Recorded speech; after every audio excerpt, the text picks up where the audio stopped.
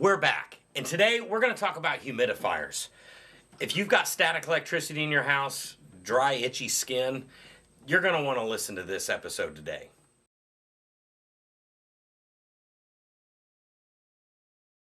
We're going to talk about humidifiers today. Santos?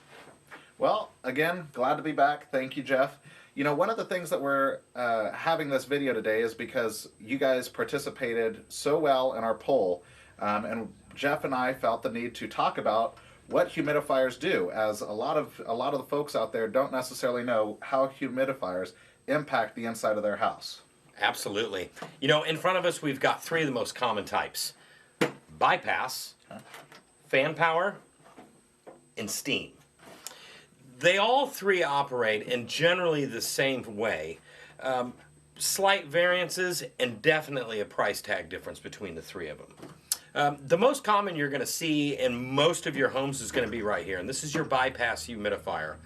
It relies on taking air from the supply in your basement, blowing through a wicking pad that the water runs across, and it actually returns that humidification into the return ductwork.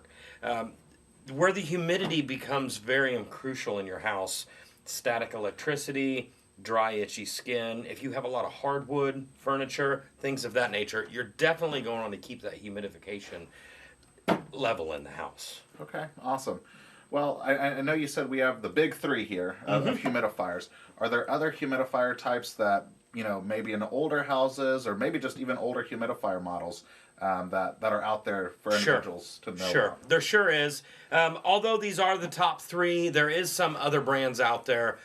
There is a misting type humidifier, and there's also a drip style humidifier. Not very common, but we do encounter those from time to time. Typically when we do, they're either not in operation anymore, or we're pulling those out to replace them with one of these much better solutions. So Jeff, we're talking about the big three here and what they do in our house. To walk us through now what they actually do. What is their job? How do they operate? So within these two humidifiers, not like this one, air actually gets brought in. So with this style on a bypass, the furnace is actually blowing air through here. As it comes around, you've got a water line that is controlled by this humidistat. It will actually drip water down through this pad. This pad needs to be changed yearly. It holds a lot of mold, bacteria, things of that nature, so you definitely want to get it changed out. It also, over time, becomes dry and brittle. It'll turn to dust. That just blows into the house. Whole nother mess. That air comes through here, and once it's blowing through this wicking pad, it actually gets drawn back into the furnace, and that's where it gets distributed out to the house. Real similar operation in the fan operation, except for this, you won't have the pipe coming off the side of your furnace to blow into the humidifier. These are typically in a situation where maybe space is limited, and we don't have room for this auxiliary ductwork. This actually has an onboard fan that's powered by 110 volts. The same components inside. It has the wicking pad. You've got a humidistat. That's the control. It's kind of like a thermostat for the humidifier, and it'll actually produce its own airflow and draw it in and turn around and force it right back into the ductwork. Wow, okay. And then the steam? Steam's a lot different. So steam actually has a tank inside of it. Steam, these are your higher end models.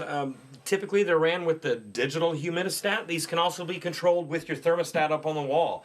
A lot of times what we're doing here, these can be mounted remote. So we could put this over on the wall, and with this black hose, it actually produces steam inside of a canister and injects it into the ductwork directly. This is your most effective method of humidification that we have right now.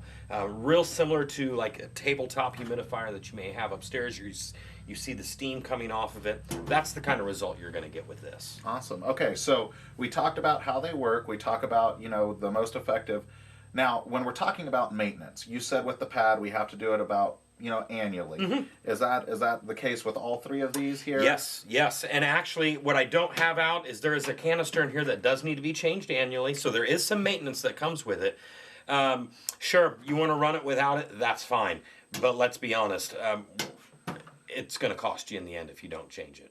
All right, Jeff, so I know we've kind of gone into the details a little bit on these specific humidifiers here, but when we're talking about water consumption and how they actually, are implementing humidification inside the house. What water are we using here? Sure, sure. So we're using regular house water that you have coming through your pipes. Okay.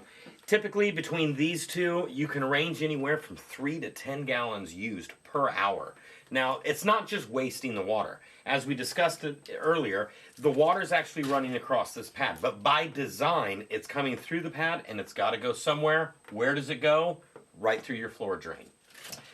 In a unit like this with the steam humidification, we're actually not really wasting any water. These will produce up to 20 gallons of steam a day. That's a lot of steam. Typically, on average, they clean themselves automatically. That could happen daily. That could happen once a week. It's based off of run cycles, so how often it's running. This will actually drain itself automatically, and usually you're losing about a half gallon of water, somewhere in that neighborhood, a day, compared to hourly using 3 to 10 gallons based on which size you get. So there's definitely some water differences there. Now with steam humidification, it's a little bit different. These units actually require the gas furnace to be running.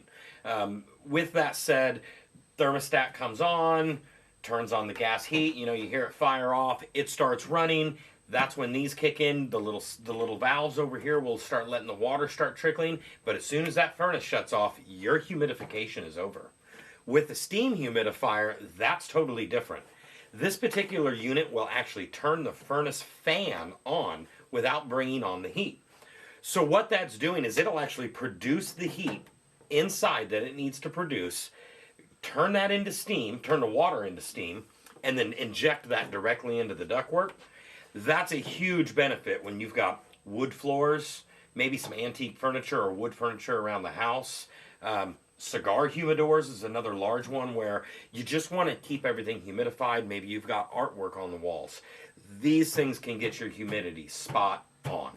So when we're talking about humidifiers, that's it. The Aprilaire 800 steam humidifier is the way to go. Alrighty, well, we heard it there first, folks. Well, there you go, folks. That's humidifiers in a nutshell. If you want to know more, please give me a call. 635-0474. I'd love to come out and get you an estimate. We're a full-line Aprilaire dealer. So once again, anybody has any humidification questions, give us a call. 635-0474.